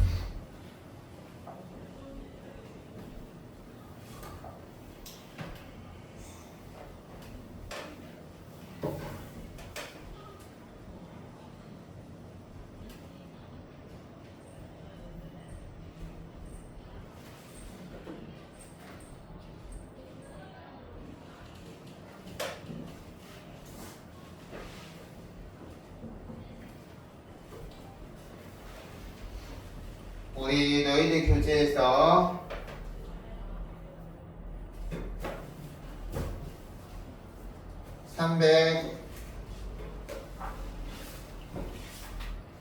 (322쪽) 우리가 이제 너희들이 이 내용을 직접적으로 우리가 허생전하고 관련해서 나오진 않지만 너희들 시험에서 이 내용하고 연계해서 시험에서 보기 같은 걸로 출제될 수 있으니까 이 부분 같은 부분 한번 보셔야 됩니다. 한번 읽어봅시다. 인재 육성과 등용이라고 해서 허생전이 시중 역점을 들여서 지향하고 있는 거는 밑줄 치세요. 인재 발굴과 등용. 특히 이 부분은 두 부분에서 나왔죠. 변씨가 이제 당신 같은 능력자가 이렇게 초야에 묻혀지는 게 아니라 한번 이렇게 밖에 나가서 도전해보는 게 어떻소라고 하니까 나 같은 처지에 있는 사람이 한둘이 아니다라고 하면서 인재를 등용하지 못하는 그 인재 등용에 대한 국정 책임자들을 간접적으로 비판했고요.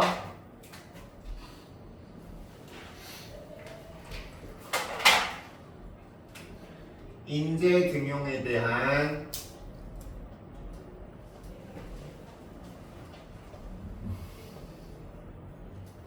국정 책임자를 비판했고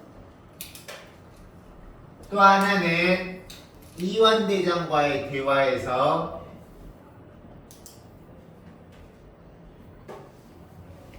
다시 한번 인재 등장을 올바르게 하지 않는 국정 책임자들을 비판한 부분이 나와 있죠. 기억나나요?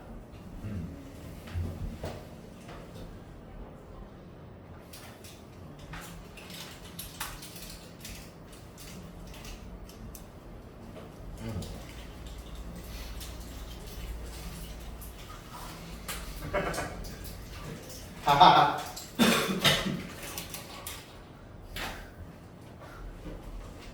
너희들은 이해할 수 없지.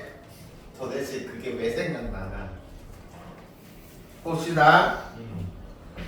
그래서 여기 보면 동당정치 실패와 과거제도의 타락으로 등용의 길이 막혀 초야에 묻던 인재들의 임금이 나서야 된다. 근데 거기서 우리가 허생전 같은 경우 작가가 박지원이었죠. 그래서 연암이 자기가 살았던 시대의 인재로서 추천하고 싶었던 사람을 같은 시각가로 홍대영, 이덕무, 박재가 등을 들 수 있다. 밑줄 칠 필요는 없어요. 홍대영은 영주 군수를 지내는데 집안 의중에 있었지만 밑줄 쳐보세요. 그의 탁월한 경제과학이로는 사회에 펼칠 기회가 없었다. 왜? 아무리 실학이 유행해도 지배층은 성리학자들이었으니까. 그리고 그 다음 뛰어난 재능을 가졌으나 신분의 한계로 서울 출신이었던 이덕무와 박재관은 학업관리로 종사했다. 그래서 진짜 재능을 가진 사람들은 지혜자이면서도 규범에 얽히지 않은 자유인으로 연암 자신도 그런 성격을 가졌고 그는 열하일기에서 자신을 풍부한 개성의 소유자라고 했는데 거기 자신의 풍부한 개성의 소유자라고 한 그 줄에서 한 줄, 두 줄, 세 줄 내려가면 밑줄 칩시다. 자신을 포함한 이런 초야에 다시 말해서 곳곳에 숨어있는 고수들이 등용되기를 바랐던 연암은 무능한 지금도 마찬가지죠. 진짜 능력자는 뭐 인정 못 받고 뺏기나 죽이는 사람들이 보통 이렇게 능력도 없으면서 선출되죠. 무능한 인물들의 특세, 불편한 심기를 노출한다. 허생의 목소리를 들려서 이완대장을 혼내는 부분이죠. 알겠어요? 거기 적어두세요. 작가가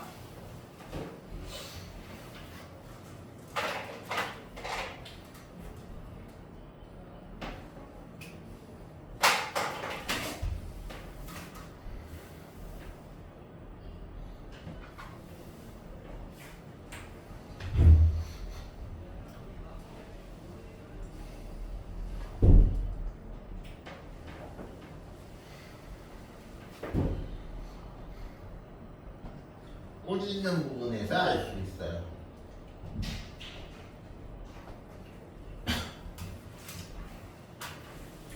됐나요? 그럼 그 다음 보도록 하겠습니다. 그 다음 보시면 밀주 아니 동그라미 이원대장 동그라미 아까 명분을 내세우는 거에서 능숙해서 이원대장은 북학론을 주장했어요? 북벌론을 주장했어요? 북벌론을 주장했죠. 근데 우리가 허생이 세 가지 대책이나 마련했는데 정작 그거는 하나라도 하겠다라고 한 적이 있어요? 없어요? 없어요. 그래서 거기 밑줄 치세요. 이완대장의 특징은 뭐냐? 무사 안일주의. 아무것도 안 하면서 그냥 괜찮겠지 하는 사람인 거야. 그리고 새 시대의 사조를 받아들일 마음의 준비가 전혀 없는 거야. 여기서 새 시대의 사조 동그라미 치세요. 북벌론을 주장하던 이원대장이 살던 시기에 새 시대의 사조는 북벌론이 아닐까 뭘까? 그렇죠. 허생이 있던 실학이 있기 전까지만 해도 성리학자들은 청나라 땅에는 오랑캐 왕조니까 쳐내야 돼. 북벌론이지만 실학자가 오면서 청나라라 할지라도 배울 거는 배워야 된다. 새 시대의 사조가 청나라의 것을 배우자 북학론인 거죠. 알겠나요? 그래서 거기 지금 보시면 그런 북학론과 같은 새 시대의 사조를 전혀 받아들일 줄 모르는 인물이었다. 그래서 거기 보면 그리고 임금에게 전언하기를 두려워하는 비겁한 사람으로서 무엇 자기 밑줄 치세요. 자기 자리를 지키는데 급급한 세력의 상징이다. 이런 걸 우리가 보신주의에 빠져 있다 그래요. 보신주의. 여기서 보신주의는 몸을 지키다라는 뜻이죠.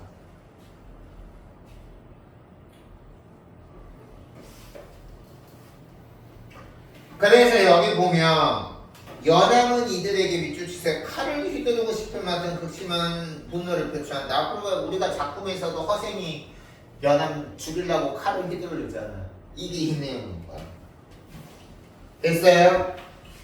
그래서 그 다음 문단 국가의 안정과 경제발전 여부는 결국 사람에 달려있고 그렇다면 인재를 얼마나 잘 육성하고 좋은 인재를 등용했냐가 좌우 척도가 되는데 허생은 그 부분에 대한 교훈을 알려준다. 됐습니까? 그럼 아래 부분 봅시다.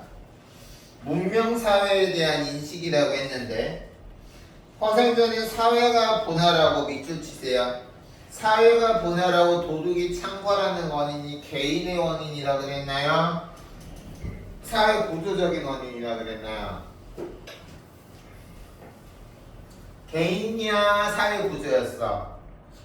사회 구조적인 원인이었죠? 그게 여기 지금 보면 봉건제 소유제도의 모순이라고 한 거야. 그래서 이를 극복하기 위해서 주인공은 경제활동으로 결과로 얻은 소득이 사재기로 인한 소득 100만 양이다. 그걸 통해서 이상형 빈섬을 건설하려 한다. 그곳으로 가게 될 대상은 농토를 잃고 살 길이 막막해서 도둑이 된 무리였고 그들을 설득하는 방법은 막 그들한테 필요한 게 대단한 거야. 당장의 생계잖아. 그래서 거기 밑줄 치세요. 그 무리를 설득하는 방법은 밑줄 치시고 그 다음 밑줄 오직 먹고 살게 해주는 경제적 안정이다.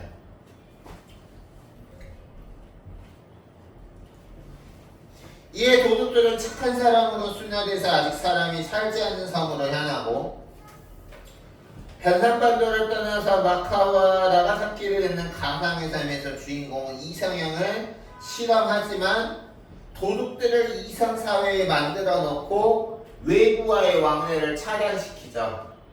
그래 안 그래? 그리고 나서 거기 지금 보면 주인공은 현실사회로 복귀하고 말아. 왜? 밑줄 치세요. 이게 바로 허생의 성격이죠. 밑줄 치세요. 허생의 성격 밑줄. 비록 문명이 발달해도 인격 개조가 없으면 그것은 고통이에요. 그래서 허생은 돈보다 인격과 인성을 중시하고 그랬기 때문에 100만 냥이 있어도 그걸 조선에서 쓰고 싶어도 쓸 조선의 능력이 안 되니까 오면서 바다에다가 50만 냥은 던져버리고 오고, 그리고 나머지 50만 냥으로 더 힘든 사람 도와줘도 10만 냥이 남으니까 그 10만 냥으로 뭐하러 가요 얘들아? 허생전에서 돈 갚으러 가. 그러면 10,000냥 빌렸으니까 90,000냥은 자기가 가지면 되는데 필요 없는 재산은 나에게 재앙이라고 하면서 100,000냥을 다 주면서 허생이 변씨를 부탁하는 건 오직 한 가지였어. 뭐?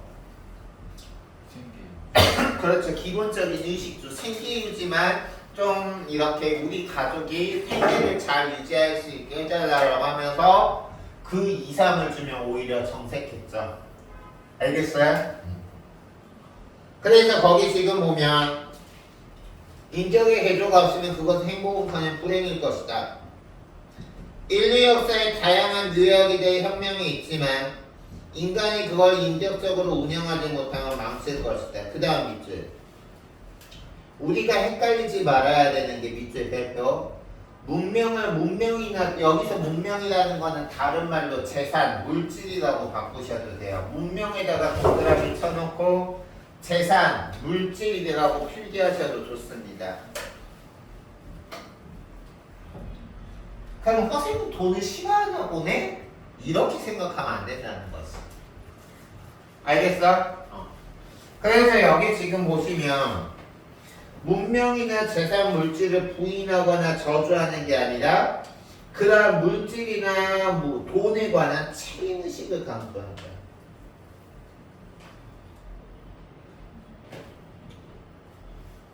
됐습니까? 얘들 읽어? 그럼 이제 그 다음 파트 봅시다. 동아시아 공동체의 형성과 발전이라고 나와 있는데 보시면요, 허생전은 17세기를 배경으로 한 소설에서 밑줄 치세요. 국제화의 실현을 했다.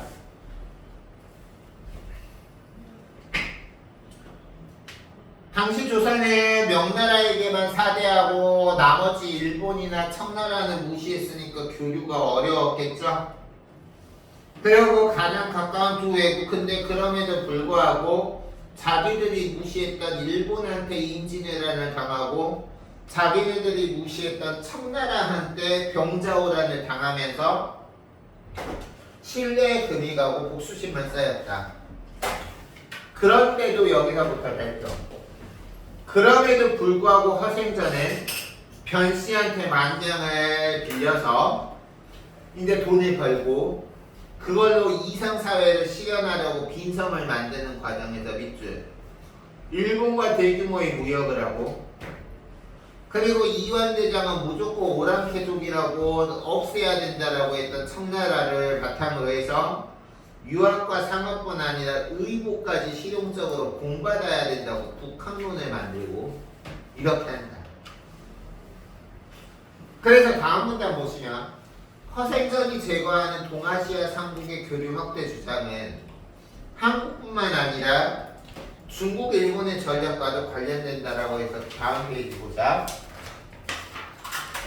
한국이 비록 중국, 일본의 침략을 받았지만 밑줄 새로운 공동체의 결속을 위해서 교역과 유학은 지속해야 했다. 여기서 유학은 성리학 유학이 아니라 해외 가서 공부하는 유학이죠.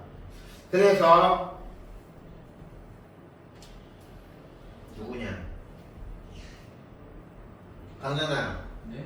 재빈이랑 친분이 좀 있는 것 같은데 아까 보니까 그쵸? 진짜 사정없이 한테 때려. 제 자꾸 쏘라. 보겠습니다. 그래서 여기서 지금 보면 동아시아 지역화를 통해서 국제화를 추구한다. 됐습니까? 됐니? 그 다음 우리가 여기 문학작품과 작가 사회와의 관계는 여기 작가 정신을 설명하기 전에 이거 시험에 나올 수 있으니까 선생님이 이거 판서에서 정리해 줄 테니까 필기하시고 너희들이 이해하시길 바래요. 여기서 지금 나온 작가와 사회와의 관계는 어떤 것에 포함되는 내용들이냐면 문학을 해석하는 관점하고 연결되는 개념입니다.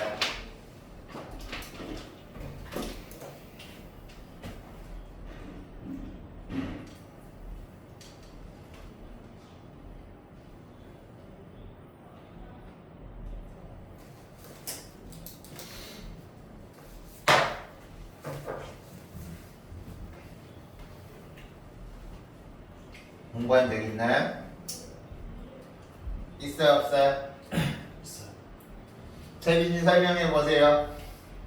문학을 해석하는 관점에는 네 가지가 있는데 와우. 그래서 하나는 절대주의적 관점이고 하나는 교육론적 관점이고 와우. 이제 또 그 표현론적이랑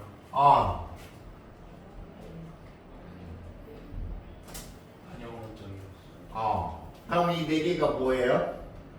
이제 세부적으로 들어가서 반영론적은 그 당시 시대적 상황이나 그렇지.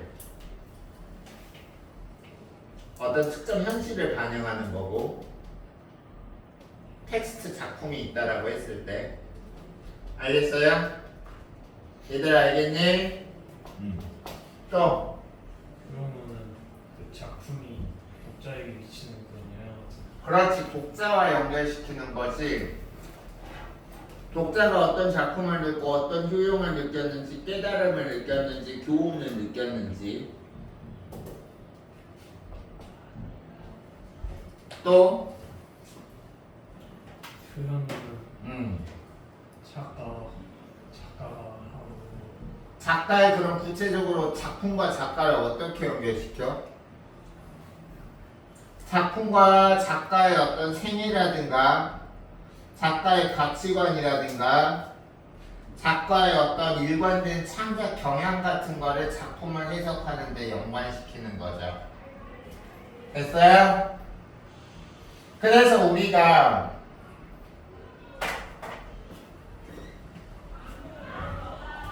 이 세계는 작품을 작품의 다른 요소와 연결시킨다는 점에서 외재적 관점에 포함되는 것이고 이 세계는 공통적으로 외재적 관점이고 외재적 관점은 이렇게 재빈이가 설명한 것처럼 작품이 있다라고 했을 때 시대 상황이나 현실과 연결시키는 반응론 독자가 느낀 효용 깨달은 교훈과 연결시키는 효용론 그리고 우리가 작가하고 연결시키는 표현론이 있습니다. 내가 너희들 수업 열중하느라고 너희들 이거 주는 거를 이제야 생각했구나. 외세적 관점입니다. 그리고 이제 재빈이가 말한 절대주의적 관점은 우리가 다른 말로 내재적 관점이라고 해요. 내재적 관점이라고 돼요. 적어두세요. 절대주의적 관점하고 내재적인 관점이 같은 말이에요. 이거는 뭐냐면 작품을 해석할 때 저기 지금 말한 것처럼 작품의 외적인 요소하고는 연관시키지 않고 작품 안에 있는 어떤 표현법이라든가 함축적 내용이라든가 어떤 작품 내에 이런 것에만 주목해서 우리가 작품을 보는 것을 절대주의적 관점, 내재적 관점이라고 합니다.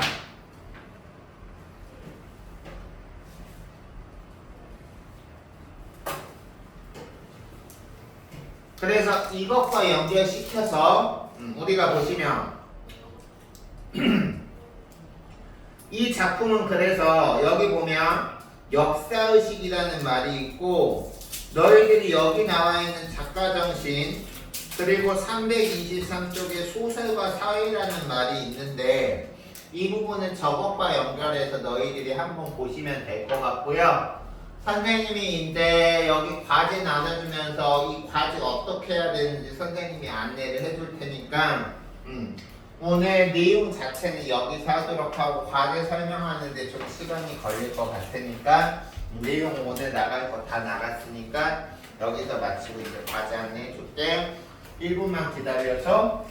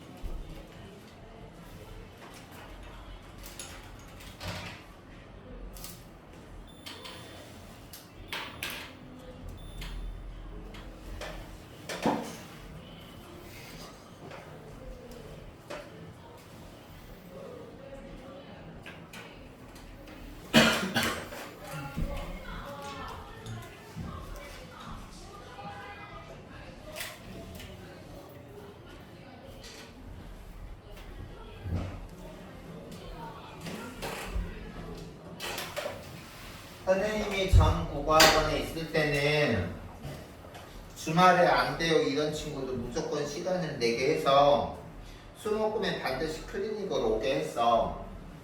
근데 내가 지금 여기서 내가 전에 학원에서 뭐 아무리 오래 근무를 했고 그리고 선생님이 올해 11월이 되면 너희들하고 이렇게 국어 수업을 한 게 11년이 됐을지언정 너희들하고는 처음 만나는 거기 때문에 내가 너희들한테 처음 만나서부터 너무 무리하게 하면 또 역효과가 날 것 같아서 일단 너희들한테는 클리닉은 선택이 아니라 그냥 의무라고 생각하시면 돼요. 물론 무료 수업이야. 너희들이 안 오면 선생님은 편해. 알겠어? 너희들이 클리닉 안 오면 선생님은 편해. 그럼에도 불구하고 너희들 선생님이 너희들한테 이렇게 오라고 하는 이유가 있겠죠. 그러니까 너희들이 그거 알고 지금 당장은 안 되더라도 좀 시간을 조정을 해보셔서 수목금 중에 적어도 하루 정도는 이렇게 시간 내서 좀 해줄 수 있기를 바라고, 선생님도 수목금 너희들 이렇게 일하고 주말 다 선생님만 그런 거 아니지만 주말에 오전 9시 반부터 10시까지 수업하는데 월화는 쉬어야 되잖아. 그러니까 수목금에 그렇게 해주시고요. 선생님이 일단 먼저 자료부터 나눠줄게.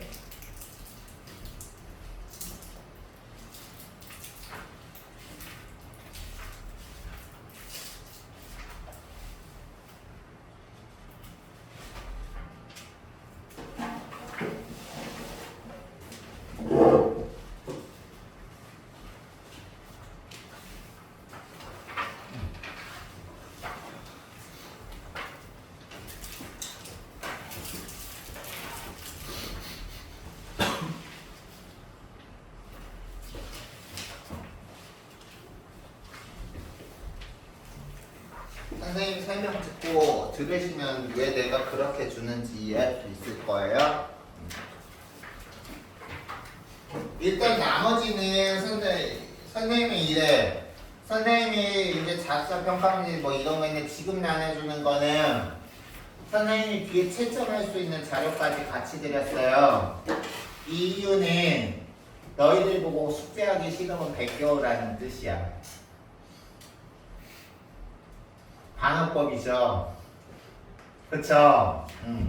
너희들 중3 정도 되면은 그거 베껴서 숙제해봤자 너희들에게 무슨 의미며 쓰잘데기 없는, 차라리 선생님은 전학원에서도 그래. 그거 베껴서 해운 척할 시간이 있으면 차라리 대놓고 하지 말고 대놓고 들어누워서 부족한 잠자거나 아니면 너희들이 그렇게 좋아하는 게임하거나 아니면 인스타나 트위터 하라. 요즘에 X라고 한다며. 그런 거 하라 그래. 알겠어? 그래서 그거 같은 경우는 뭐 너희들도 그 정도는 이제 알아차릴 나이라고 생각하니까 양심적으로 하시고요. 알겠어? 일단 선생님이 2개를 내주는 거는 하나는 선생님이 원칙적으로 클리닉 과제고 하나는 다음 주 주말까지 해야 될 과제예요. 그래서 2개를 준비한 건데 빈출 유형이라고 나온 거는 클리닉까지 해야 될 과제고요. 그리고 그냥 아무 것 없이 다음을 글을 읽고 물음을 답하시오라고 해서 나와 있는 거는 우리가 다음 주 주말까지 해와야 될 과제야. 알겠어요? 그리고 과제할 때 주의할 것은 뭐 그 전에도 비슷하게 했다니까 큰 걱정은 안 하겠지만 그 전에도 비슷하게 했다고 너희들이 얘기했으니까 큰 걱정은 안 하겠지만 풀이하고 채점하고 틀린 문제는 해설 보고 왜 틀렸는지 고치고 틀린 문제 고쳐도 해설만 봐서는 이해가 가는 문제가 있고 이해가 안 가는 문제가 있어. 틀린 문제를 고쳐도 알겠어? 고쳐도 이거 도대체 뭔 소리 하는 건지 이해 안 가는 문제 있을 수 있어요. 이해 안 가는 문제는 별표 쳐 오셔서 클리닉 오는 친구는 클리닉 때 와서 알겠어? 와서 선생님이랑 옆에서 1대1로 질의응답 하면서 이해 받으면 되고요. 알겠어요? 그리고 지금 누구니? 은준이? 재빈이는 이번 주는 온다 그랬지? 그 친구들 같은 경우는 아니지. 은준이 같은 경우는 그 두 개를 주말까지 다 해와서 알겠어? 주말까지 다 해와서 주말에 선생님이 과제 검사하거나 이럴 때 이해 안 가는 문제만 수업 다음 시간에 있는데 다음 단원 나가야 되니까 알겠어? 특히 다음 단원 같은 경우는 지금 우리 부학부가 같이 있는데 서로 단원이 다르구만.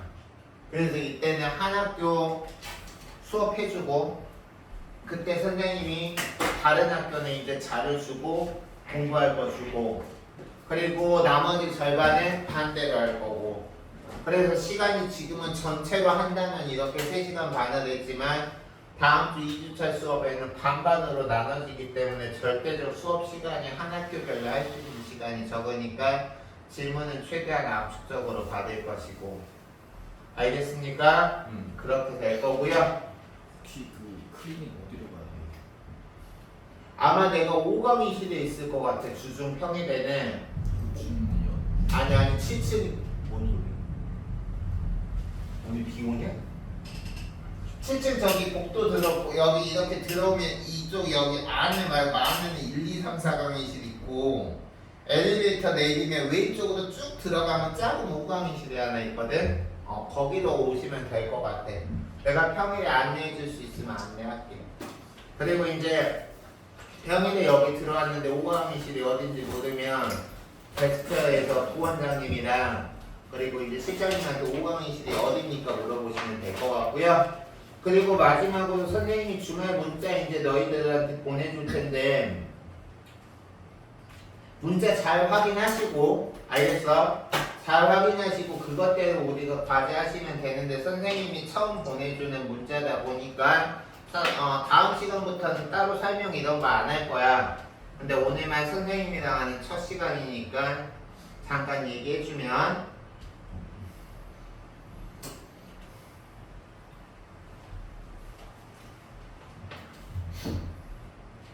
잠깐만 기다려. 이게 매장한테 안 먹네.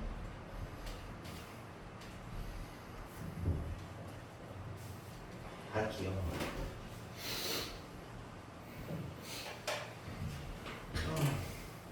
조금만 기다려서 오는 거.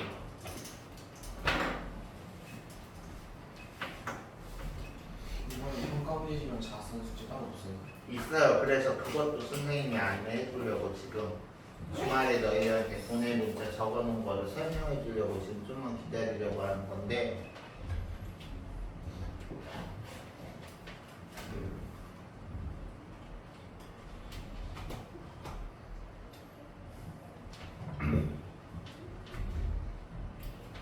먹었다.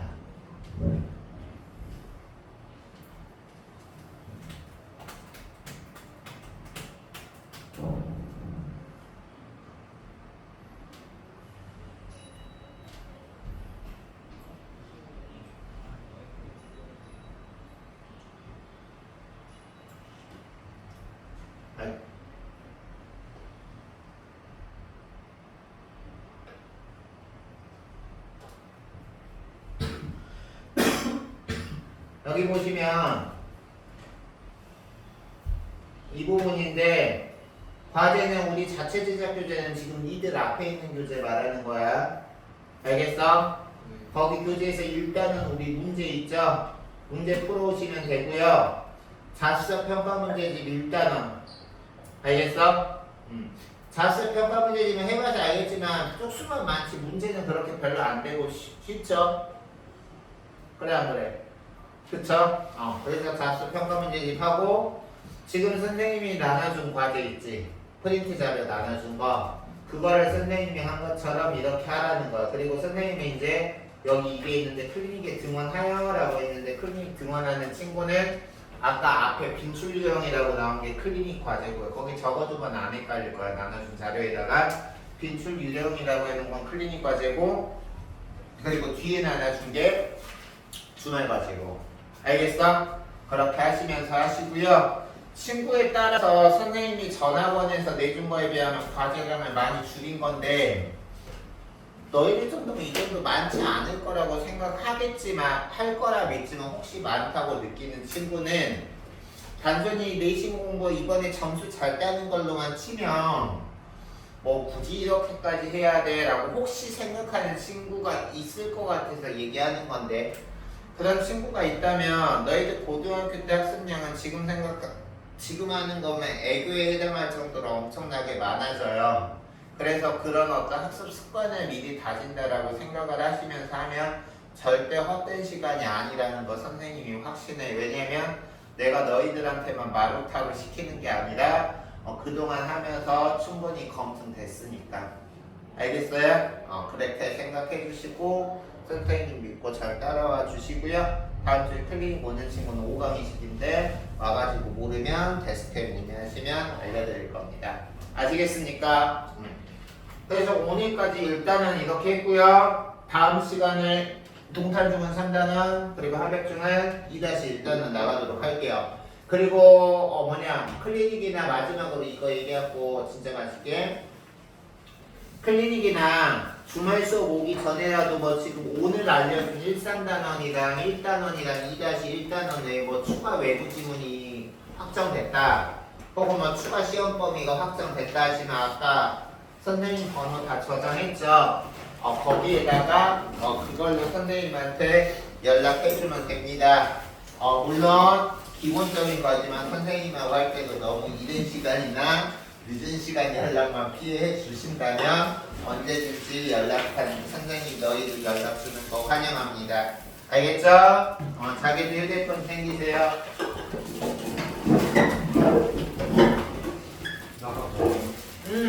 얘들아 수업 끝났으면